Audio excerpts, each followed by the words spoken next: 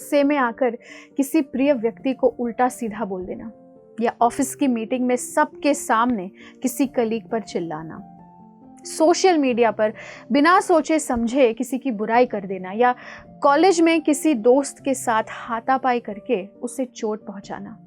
हम सब ने जाने अनजाने में कभी ना कभी ऐसी गलतियां की है जिनका हमें बहुत पछतावा है।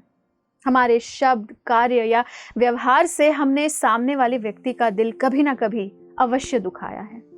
अक्सर ऐसा होता है कि कुछ समय बाद हमें उस गलती का एहसास तो होता है, लेकिन उसका पछतावा कैसे करना है ये हमें नहीं पता। क्या आपके साथ भी ऐसा हुआ है? तो ध्यान से सुनिए कि अपनी गलतियों का पछतावा क्यों और कैसे करें।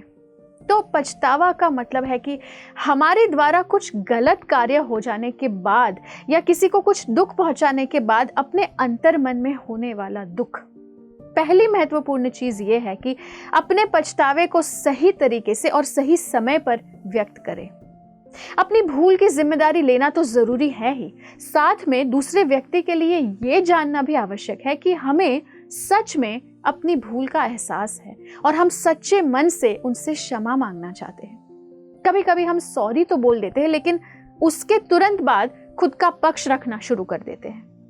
ऐसा करने से हमारा सॉरी ना बस एक फॉर्मेलिटी बन जाता है। सामने वाले व्यक्ति को यही प्रतीत होता है कि हमें वास्तव में कोई पछतावा हुआ ही नहीं है, बल्कि हम भी अपनी एक्शंस को जस्टिफाई कर रहे हैं उनके सामने। इसलिए सबसे पहले साफ साफ शब्दों में बताइए कि आपने जो किया है या कहा है वो आपको नहीं कहना चाहिए था, नहीं करना चाहिए था। और फिर जिससे क्षमा मांग रहे हैं उन्हें आश्वासन दे कि ऐसी भूल आप दोबारा नहीं करेंगे।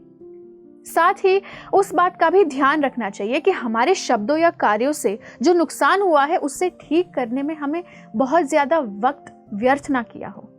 दूसरी महत्वपूर्ण बात, हमारे व्यवहार से या हमसे हुई गलतियों से जो समस्या उत्पन्न हुई है उसे सुलझाने का पूरा प्रयास करना चाहिए। हमने जो किया है उसका परिणाम को भोगे बिना केवल ये कहकर कि हमें अफसोस हुआ है, हम इससे छुटकारा नहीं पा सकते। जैसे कि अगर किसी से झूठ बोला है और उस झूठ से किसी का नुकसान हुआ है, तो किसी को तकलीफ पहुंचाई है, तो सच बताकर उस व्यक्ति की सहायता करें और फिर जो परिणाम उचित है उसे स्वीकारने की क्षमता रखें। इस प्रकार जिनको हमने ठेस पहुंचाई है उनके लिए हमसे जो बन पाएगा हमें करना चाहिए। नेक्स्ट, हमें ये बात का ध्यान रखना चाहिए कि हमें अपने आप में महत्वपूर्ण सुधार लाना है, अपने इमोशंस और रिएक्शंस को कंट्रोल करना है। इस बात का ध्यानपूर्वक निरीक्षण करना चाहिए कि हम उत्तेजक परिस्थिति में किस तरह रिएक्ट कर रहे हैं। कभी कभी व्यक्ति का सिचुएशन समझे बिना हम कुछ ऐसा कर देते हैं या बोल देते हैं जिसका हमें बाद में बहुत पछतावा होता है। क्रोधित होकर किसी को अनचाहे शब्द बोल देते हैं। ये बहुत आसान है, लेकिन क्रोध बुद्धि को ठग देता है और ऐसी स्थिति से निकले हुए शब्द को हम वापस कभी नहीं ले सकते, भले हमें कितना भी रिग्रेट हो। इसलिए अपने आप में टॉलरेंस या सहनशीलता डेवलप करना बहुत जरूरी है। चौथी बात, अगर आपको वास्तविक पश्चाताप है लेकिन किसी कारणवश आप क्षमा नहीं मांग पा रहे और मन ही मन में पीड़ित हो रहे हैं, तो कम से कम मानसिक रूप से क्षमा मांगनी चाहिए। किसी आध्यात्मिक सलाहकार या फिर भगवान के विग्रहों के सामने जाकर अपने पछतावे को व्यक्त करें और उनके सामने ये वचन दे कि हम इसे दोबारा नहीं दोहराएंगे। पछतावा होना एक सच्चे और कोमल हृदय का लक्षण है। हर व्यक्ति के भीतर अगर ये गुण आ जाए तो समाज में ईर्ष्या, द्वेष, हिंसा जैसे अवगुण कम हो जाएंगे।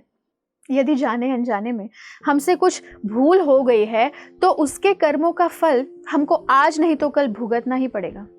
लेकिन ऐसी परिस्थिति में यदि हम सच्चे हृदय से पछतावा करते हैं तो भगवान हमारे हृदय को समझते हैं और हमें उन कर्मों के फल से या तो मुक्त कर देते हैं या उसकी तीव्रता को कम कर देते हैं।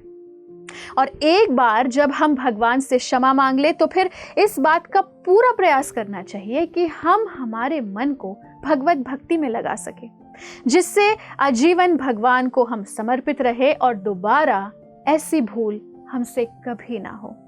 धन्यवाद। ऐसे ही और भक्तिमय कार्यक्रमों के लिए देखिए हरे कृष्णा टेलीविजन और इसे प्राप्त करने के लिए आप अपने केबल अथवा DTH ऑपरेटर से संपर्क करें तथा और अधिक जानकारी के लिए आज ही डायल करें 7666 839 839।